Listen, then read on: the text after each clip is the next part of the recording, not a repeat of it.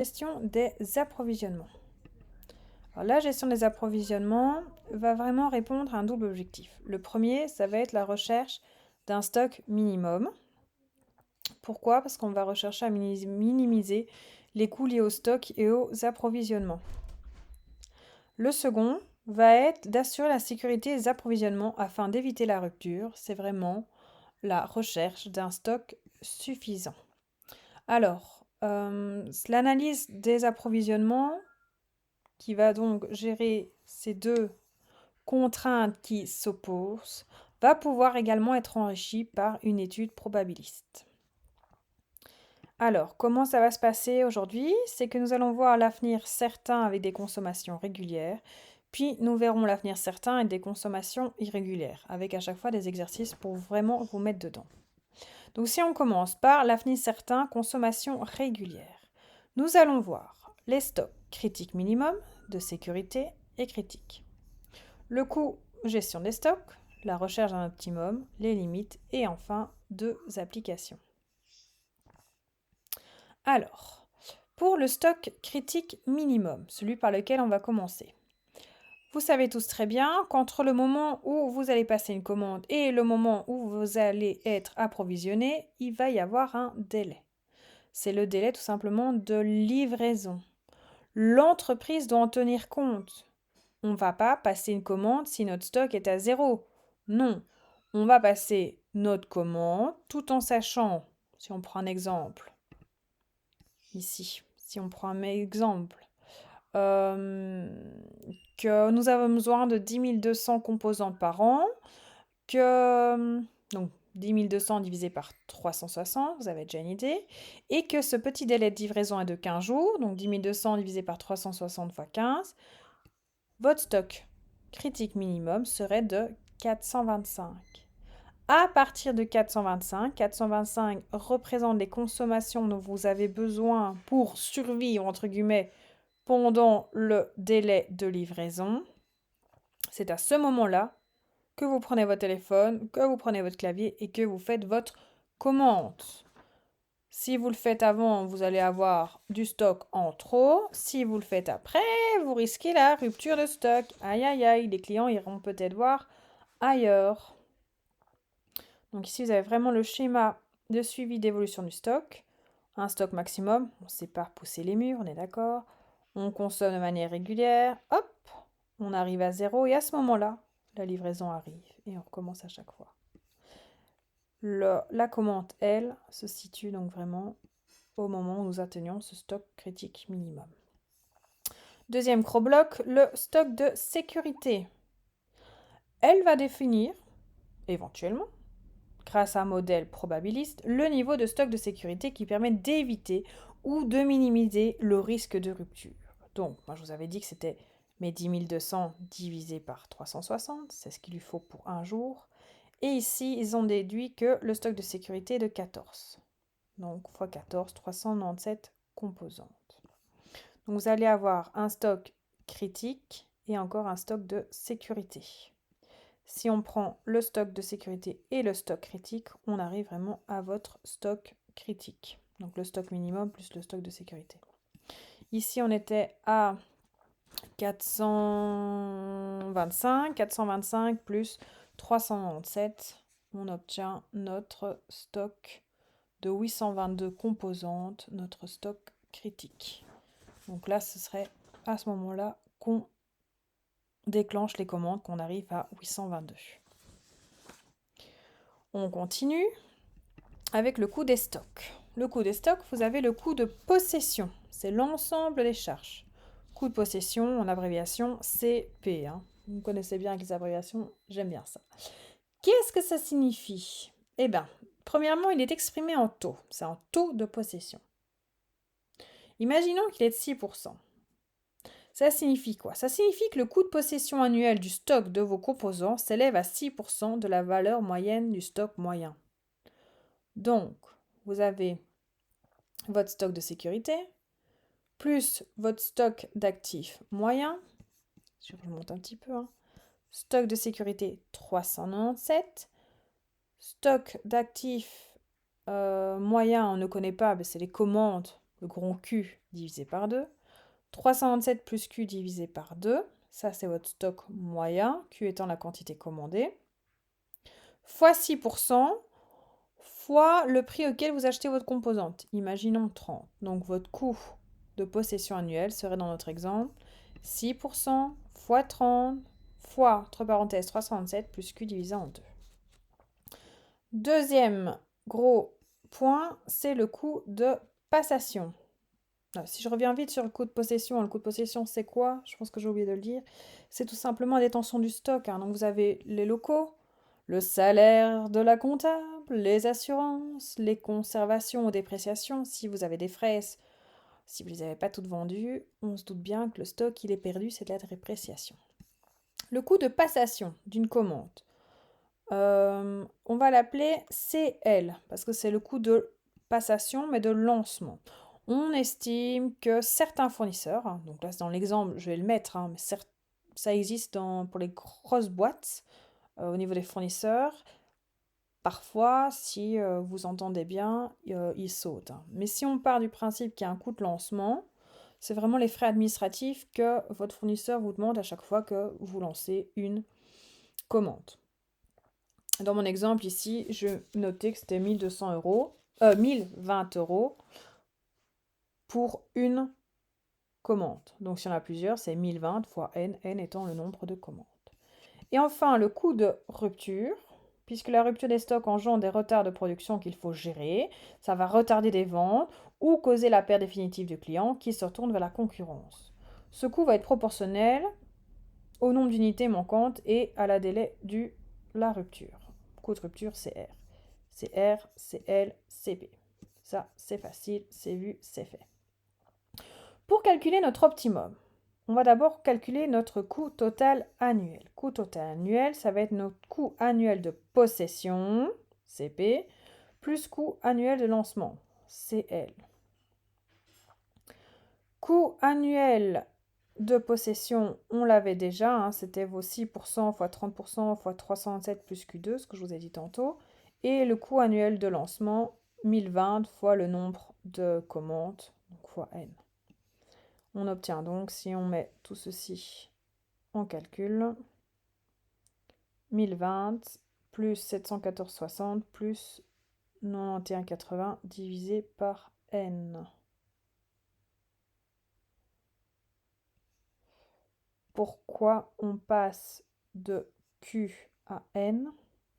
C'est parce que le Q, c'est la consommation annuelle divisée par le nombre de commandes. Consommation annuelle, on sait bien que c'est 10 200 divisé par le nombre de commandes divisé par N. Donc Q, je l'ai remplacé par 10 200 divisé par N. Donc, on a notre coût total annuel maintenant, ça c'est fait. Pour rechercher notre optimum, on a le choix entre trois possibilités. Possibilité numéro 1, on va faire un tableau. Possibilité numéro 2, nous allons faire un graphique. Possibilité numéro 3, nous allons faire un calcul de dérivée. Alors,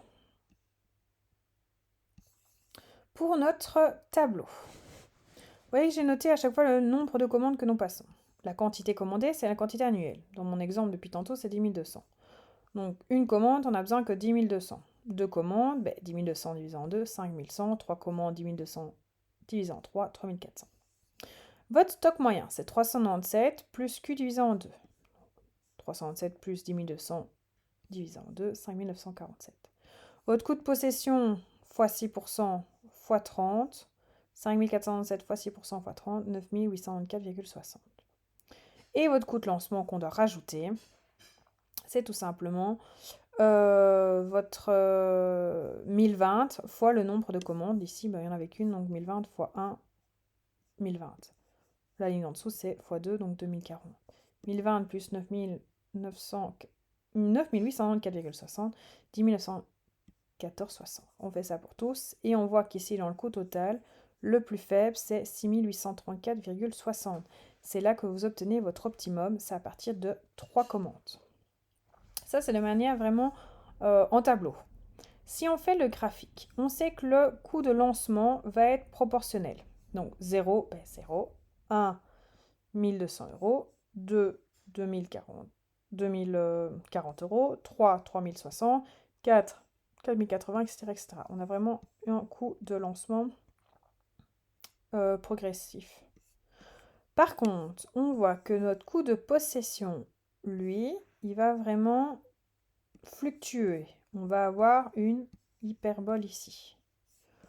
Premier, on a 9000. 5, on a 2500. Et entre, on passe un peu par toutes les couleurs. Coût de lancement plus le coût de possession. La droite plus l'hyperbole. Vous obtenez une hyperbole un peu plus haute. Le coût total. Et on voit bien qu'ici, le minimum, donc là où est-ce que franchement l'hyperbole est la plus basse, son minimum, on obtient 3.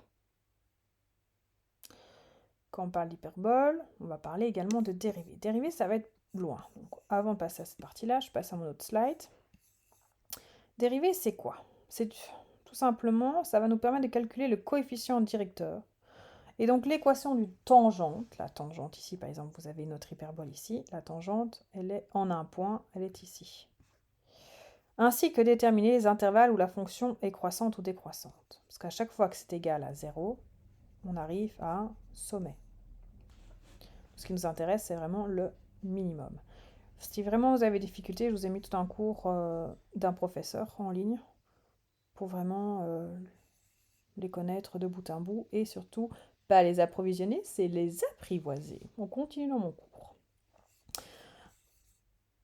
Logiquement, en secondaire, vous êtes tenu de connaître par cœur ce petit tableau, ce formulaire, je vous le donne. Donc si vous avez une fonction k, faisant partie des réels, le petit e ici c'est appartenant, ou existe, appartenant dans les réels. Imaginons que c'est 1. La fonction dérivée de 1, ça vous donne f dérivée. Ici, notre fonction x, la fonction x est égale à 1, 0. Si maintenant c'est une fonction avec un x, la dérivée va vous donner le coefficient. Donc ici, il n'y a rien devant, donc c'est 1. Si c'était 50x, ça vous donnerait 50. Fonction de ax plus b, si on la dérive, le b, donc c'est un chiffre, c'est un nombre, la dérivée est nulle. Ax, on prend son coefficient, il nous reste 1. Pour x carré, on fait tomber le carré devant. Ça vous donnera 2x, 2 moins 1, en exposant 1. Si on avait x cube, ce serait 3x, 3 moins 1, 2. Donc 3x carré. Et celle qui nous intéresse vraiment, c'est celle-ci. La dérivée de 1 sur x va vous donner moins 1 sur x carré. Pourquoi? Parce que quand c'est au dénominateur, en dessous, on veut le remonter au-dessus, c'est comme si on était exposant x moins 1. Comme on fait ici, le moins 1, on le fait tomber, donc moins x, moins 1, moins 2, donc moins x moins 2, c'est moche, on le fait passer en dessous, moins 1 sur x carré. Du coup, on avait ici 1020n dérivée 1020, 714,60, c'est un nombre, donc 0, plus 9180 divisé par n, moins 9180 divisé par n au carré. Ceci, on doit l'égaliser à 0 pour trouver notre minimum, qui représente notre optimum, puisqu'on veut le minimum de coût. Donc on fait passer le 1020 on fait passer le 1020, puis le n, etc., etc. Et on obtiendra que n est égal à 3. 3 façons de faire, 3 résultats totalement identiques. La conclusion, les 3 modèles montrent que la société passera 3 commandes par an, soit une commande tous les 4 mois, ce qui correspond à un lot économique de 10 200 divisé en 3, 3400 composants. On va le retenir, ça 3400, parce qu'on l'utilisera un peu plus loin dans l'avenir incertain. Un coût total des stocks, 714,60 plus 9180 divisé en 3, plus 1020 x 3, 3834,60.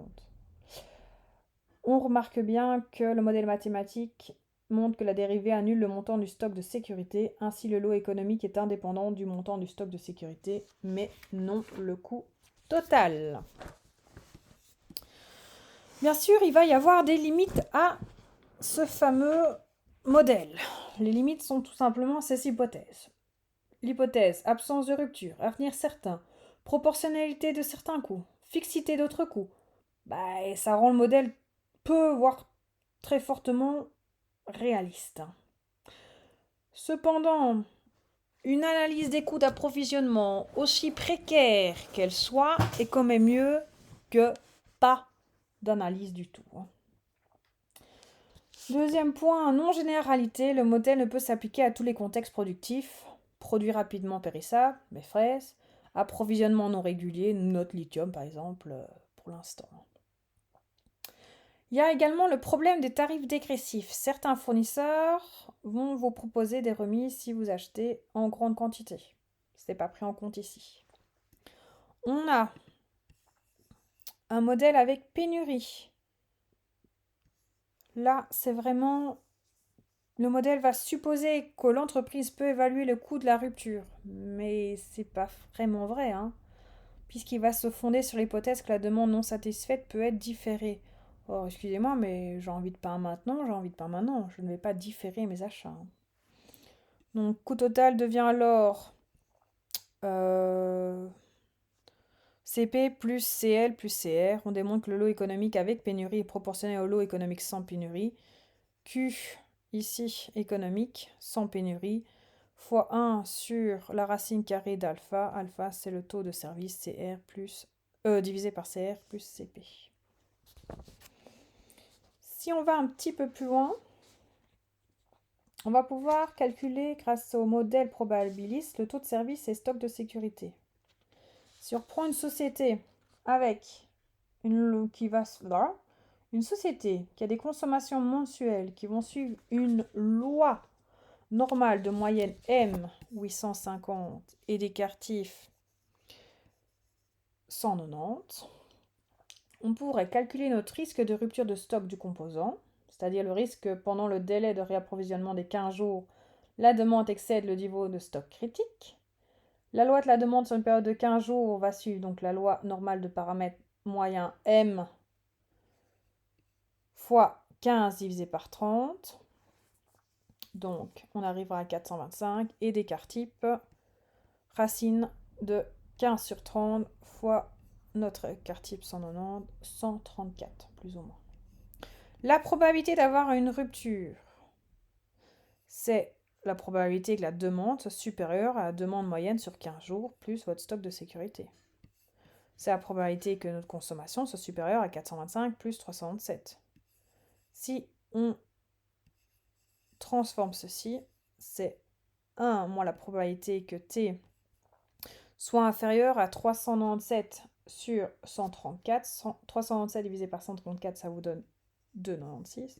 1 moins la probabilité de 2,96. 2,96, vous prenez votre table de loi normale, donc sur les côtés ici, vous allez à 2,96 et vous obtenez 0,9985. 1 moins 0,9985 vous donne 0,15%.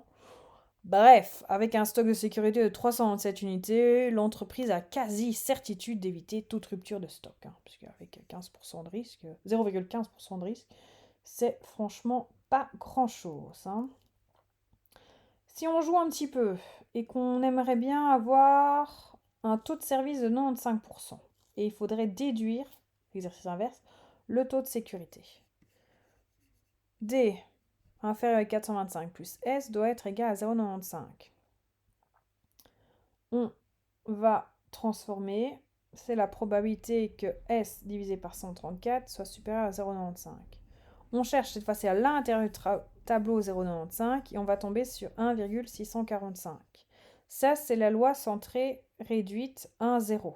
Or, nous, on est à 425 et 134. Donc, on va prendre 1,645 fois 134, 221 composantes. Pas mal, on retourne dans mes probates la fois passée. Petite application. On a une entreprise, Midor, qui envisage pour le début de l'année de début de mars le lancement d'un nouveau produit. Il vous est demandé d'analyser le problème et la gestion du stock d'une nouvelle matière première, M1, nécessaire à sa fabrication. On sait que cette consommation de M1 est régulière. Qu'on en a besoin 5760 unités pour 360 jours. Pas besoin de stock de sécurité. On ne veut aucune rupture de stock. À chaque fois qu'on lance une commande, 224 € dans les dents. Taux de possession des stocks, 8,40. On veut que le volume commandé au fournisseur doit être constant. Alors, il y a 2 cas. Premièrement, définir pour la période de 360 jours, dans le cas où le fournisseur n'accorde pas de remise, le lot économique de chaque commande. Ensuite, vous voyez ici qu'il fait des remises. Si on fait inférieur à 1200, pas de remise. Supérieur à 4800, on va avoir des remises. Ça, on va voir juste après. On va d'abord faire la première partie. Donc, on va reprendre notre exercice. Coût de lancement, notre CL, c'est 224 fois le nombre. Mais on ne le connaît pas. Par contre, on sait que le nombre, c'est la quantité annuelle, 5060, divisé par la quantité commandée, Q. Donc, 224 fois N, ça revient à 224 fois 5760 divisé en Q. 5760 fois 224, 1 290 240, toujours divisé par Q.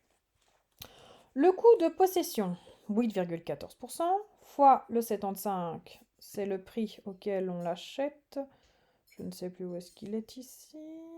Là, 75 € d'unité. Donc, 8,4% fois 75 fois la quantité divisée en 2, on arrive à 3,15 Q. On a 2 fois les Q, c'est ce qu'on recherchait. Coût totaux, 1024 divisé en Q, celui-là il doit être là, plus 3,15 fois Q. On va essayer, non, on va pas essayer, on va dériver, c'est plus facile. 3,15 fois Q, ça revient à 3,15. Et 1 290 240 divisé par Q en dérivé, c'est moins 1 million, etc., divisé par Q au carré. Là-dessus, vous allez pouvoir trouver votre Q qui est égal à 640. Donc, par commande, on veut 640 unités. D'accord ? Pour trouver le nombre de commandes, on va tout simplement prendre ce qu'on a besoin par an, 5760, divisé par 640, donc ça vous donne 9 commandes par an.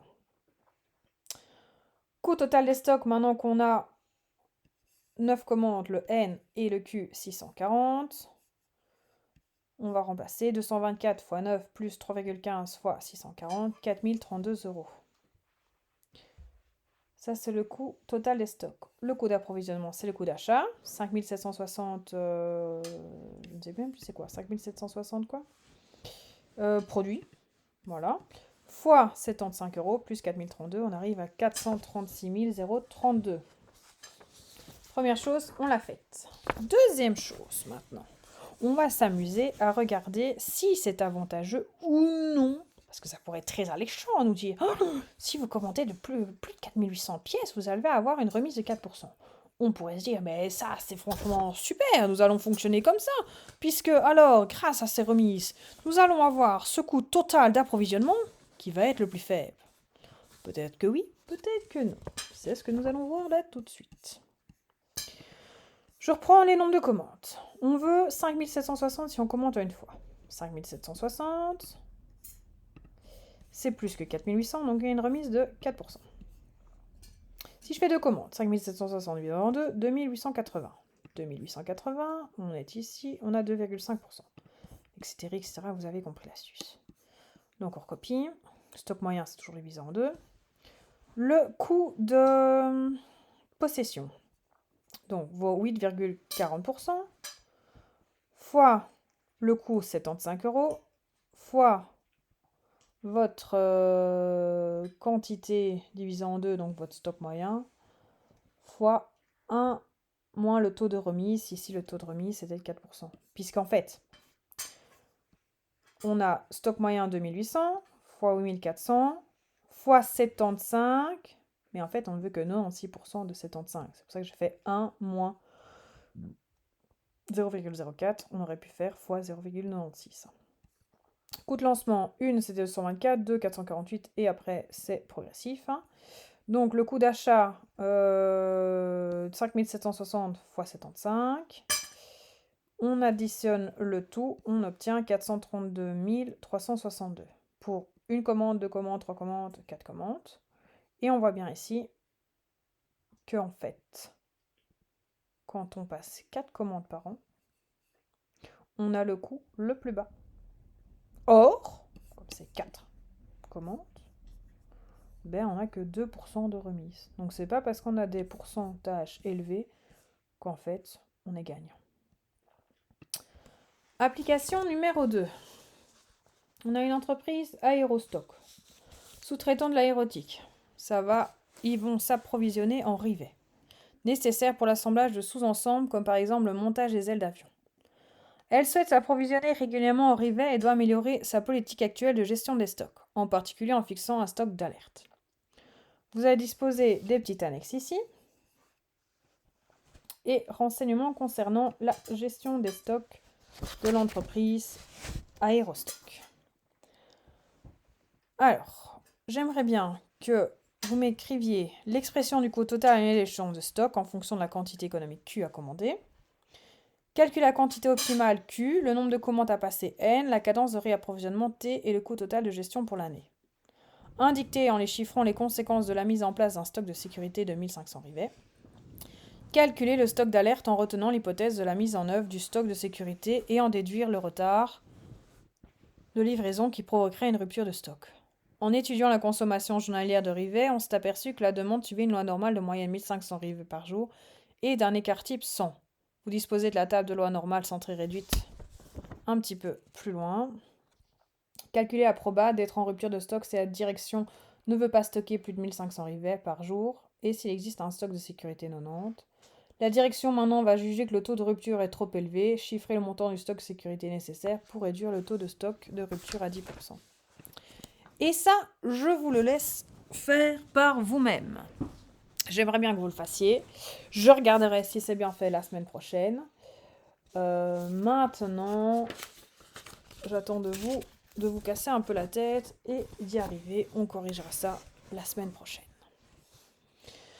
On va passer maintenant en avenir certain avec des consommations irrégulières. Pour arriver à notre budget des achats et nos frais d'approvisionnement, on va bien sûr passer par cette recherche d'un optimum, ensuite par le programme des approvisionnements. On va avoir besoin d'estimer des prix prévisionnels, estimer des coûts prévisionnels. Et donc avec cela, on va pouvoir déduire les frais d'approvisionnement et le budget des achats. Pour être certain qu'on soit dans le bon, on aura donc un contrôle des stocks et un contrôle des coûts d'approvisionnement. Ça peut vraiment nous servir de baromètre. Alors, il y a vraiment, on va voir statistiquement que les éléments référencés en stock n'ont pas le même poids en valeur. À partir de cette constatation, on va vraiment pousser l'entreprise à adopter des méthodes différenciées de gestion des stocks, réservant les outils les plus performants mais aussi les plus coûteux aux références qui représentent le plus grande valeur en consommation. Bah oui, c'est pas des trucs à 10 cents qu'on va mettre beaucoup de moyens. Et on va adopter des méthodes plus empiriques pour les références qui représentent les valeurs les moindres. Genre notre truc à 10 cents là, trombone. Alors il y a deux méthodes, la méthode 20-80 ou ABC. 20-80, c'est en général 20% des références des stocks représentent 80% des valeurs des consommations annuelles. 80% des éléments, 20% des valeurs. La méthode ABC distingue les stocks en trois familles. 10% des références représentent 60% de la valeur des consommations, famille A. 30% des références représentent 30% des consommations, famille B. 60% des références représentent 10% des consommations en valeur. Donc 80-20, et là c'est 10 en valeur, 60, 30 et 10.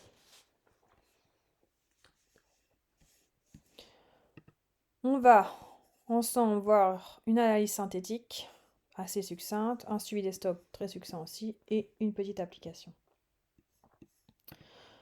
L'analyse synthétique, on va vraiment calculer les écarts. Les écarts, vous allez les voir en long en large en comptabilité analytique. La détermination en fin de période d'écart sur le prix et sur quantité des matières, le plus souvent réalisée à sortie des stocks, ne dispense absolument pas d'un suivi régulier des quantités des stocks. On va pouvoir mesurer, ça on va le calculer en cours avec les ratios, le ratio de rotation et la durée moyenne de stockage. De rotation, c'est la valeur des sorties des stocks divisée par la valeur du stock moyen.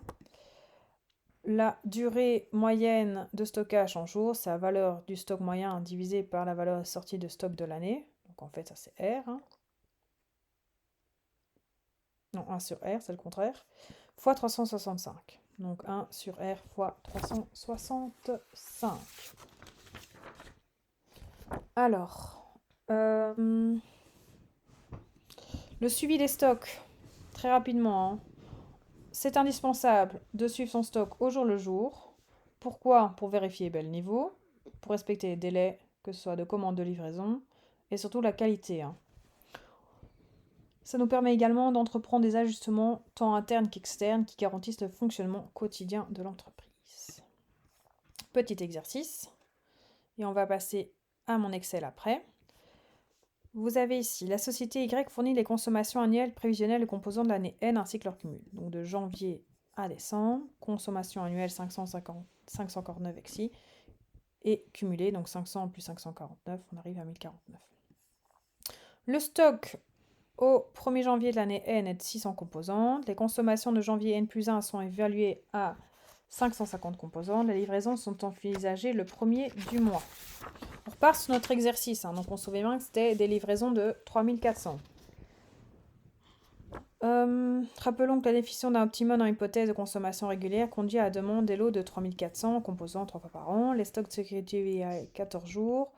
Délai de livraison de 15 jours. Établir le programme des approvisionnements par lot constant et par période constante. Donc on est ici.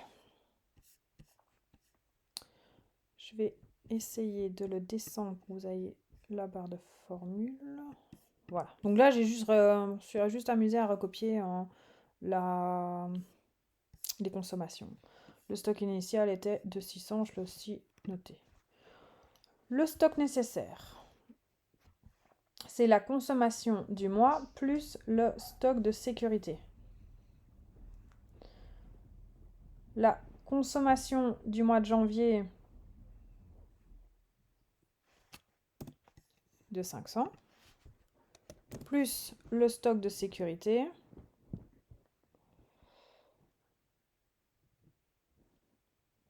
on avait comme calcul, si je me souviens bien, c'était de 14 jours, le stock de sécurité est de 14 jours. On va comparer le stock initial par rapport au stock nécessaire. Si le stock initial est inférieur au stock nécessaire, alors il y aura la livraison au 1er du mois. En janvier, on va avoir besoin de faire une livraison, puisque le stock nécessaire sera égal aux consommations de janvier plus les 14 jours de consommation de février, puisqu'il faut 14 jours de commande. Donc 500 plus 549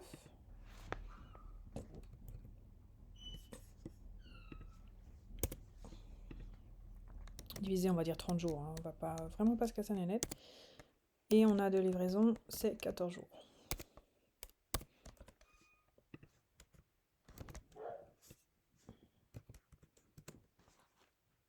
Donc 500 est égal à 500, vous voyez bien. Donc là, on aura d'office une commande. Les commandes, on sait que c'est 3400. Une livraison, puisqu'on aura fait la commande avant. Le stock après livraison. Donc 600 plus 3400. Moins la consommation. J'ai fait bêtise.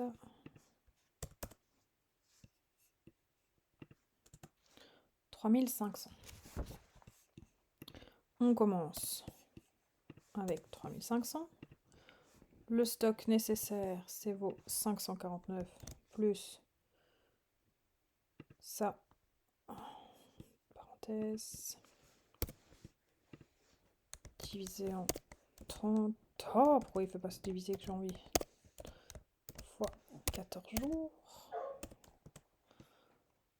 Attention, unité doit être entière, on ne sait pas commander de demi-composante. Donc 952 est inférieur à 3500, il n'y aura pas de livraison. Il n'y a rien.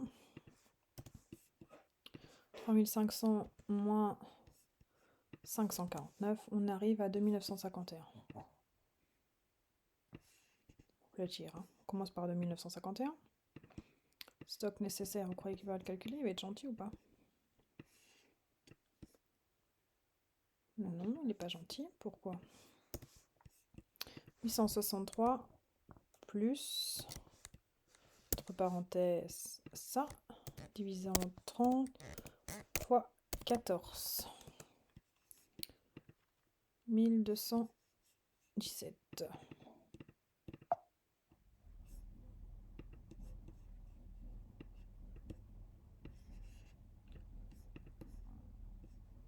Là, on est bon.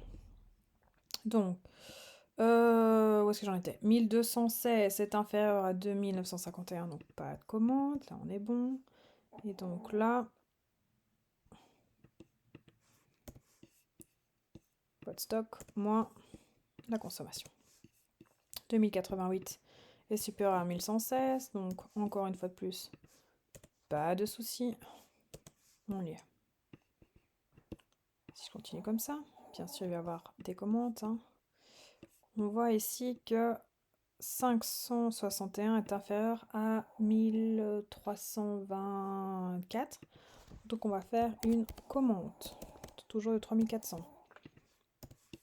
561 plus, pas moins.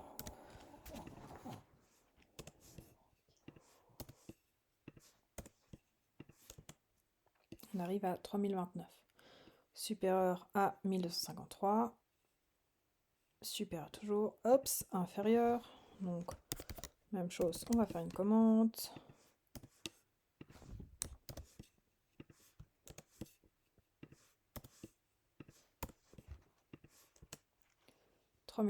patati patata. Et on va terminer avec 600 infini. Si je repasse donc ici. Donc, rappelons qu'à définition. Tatati tatata. Donc, par lot constant, c'est fait. C'était là que je voulais en revenir, 3400 en 3400. Si on voulait le déterminer de manière graphique, celui-là, on avait ceci. Donc, on va avoir au mois de janvier 3400 € de commande. Au mois de, je ne sais plus moi, de juin et au mois de septembre. Donc, juin et septembre, 3400 à chaque fois. Et donc, vous avez la consommation, le délai de 14 jours et à chaque fois, les consommations cumulées. Donc, première date de livraison, on les a dites, hein, puisqu'on sait que l'approvisionnement est de 3400 composantes. Première date de livraison. Approvisionnement de 3400. Détermination de la date de la deuxième livraison ici. Et de la troisième ici. Maintenant, on va pouvoir passer au modèle par périodicité. Je le mets sur le côté. On y est. Donc, je vais recopier. Hein. D'accord.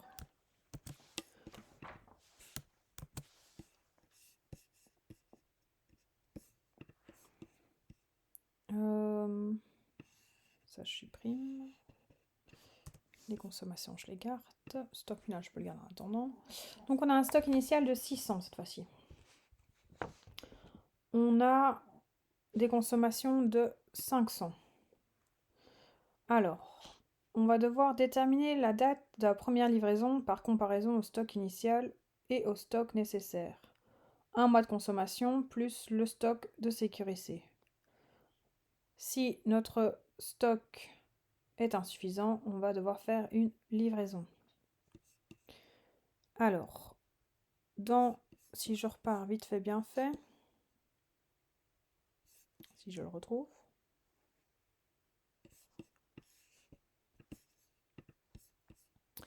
les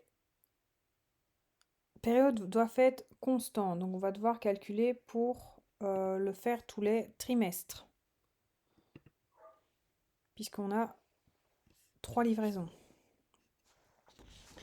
Comment on fait pour calculer le stock nécessaire? C'est tout simplement, on va prendre le stock de janvier, plus le stock de février, deuxième mois, mars, troisième mois, quatrième mois. Et attention ici, avec notre stock de sécurité, 14 jours. On arrive à 3029, vu que vous savez bien que on ne va pas les diviser. Logiquement, il devrait être arrondi. Il faudrait que je trouve comment faire, mais 3029.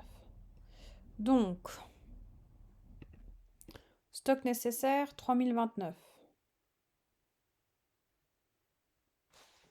Ça, c'est une chose. Stock nécessaire moins le stock initial. On arrive à 2429, logiquement, qui va être notre livraison. Pourquoi? C'est pour qu'on ait, hop, un stock. Là, on arrive à 2529. Je ne sais pas comment on fait pour arrondir au-dessus. Faudrait que je trouve. Faudrait que je trouve. Bref, ça donnerait 2529. On sait maintenant que on va être livré tous les 4 mois. Donc si on continue, est-ce que c'est les bons calculs là? Ça moins ça, ça moins ça, ça moins ça. Là on arrive en négatif. 1, 2, 3, 4. Donc il va falloir faire une commande ici au mois de mai. Mais même chose, 770 plus plus plus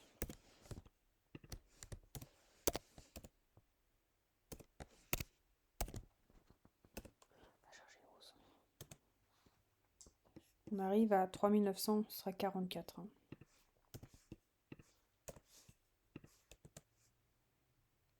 Donc ici, ce sera exactement la même chose. Il faut faire une opération pour rien.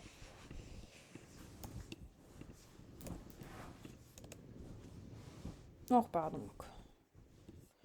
Lui, c'est... Parce qu'évidemment, quand on veut automatiser, ça ne tombe pas comme on veut. 1404, 513. On retourne au mois de septembre. Où est-ce qu'on va devoir refaire une commande? Et alors, ici, est-ce que j'avais dit à combien c'est? Non, ça, je reprends mes feuilles. Non, évidemment, je n'ai pas la bonne feuille près de moi.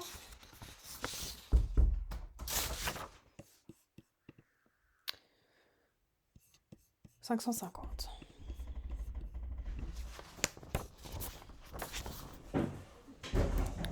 Je crois que mes chiens ont fait tomber ma fille.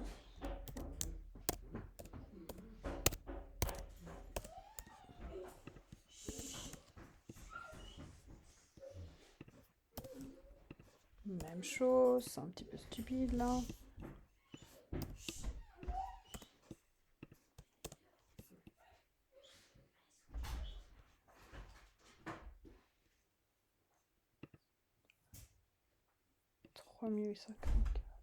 Là j'ai fait une bêtise, non? Stock après. Ça. «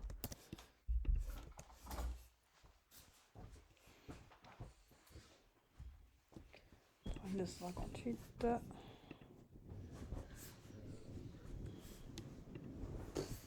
Non, 930. Et on est bon. Voilà. Si on doit représenter ça encore de manière graphique, on va obtenir, le fais switcher ceci. Avec la date théorique, donc on voit bien que c'est bien régulier.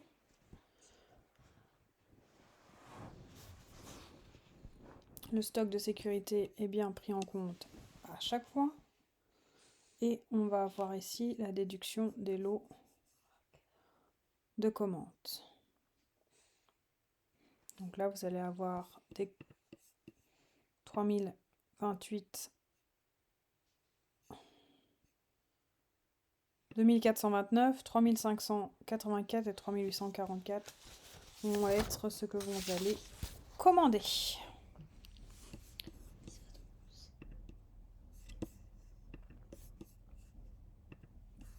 Et je pense à tous que vous avez mérité de passer une très bonne soirée.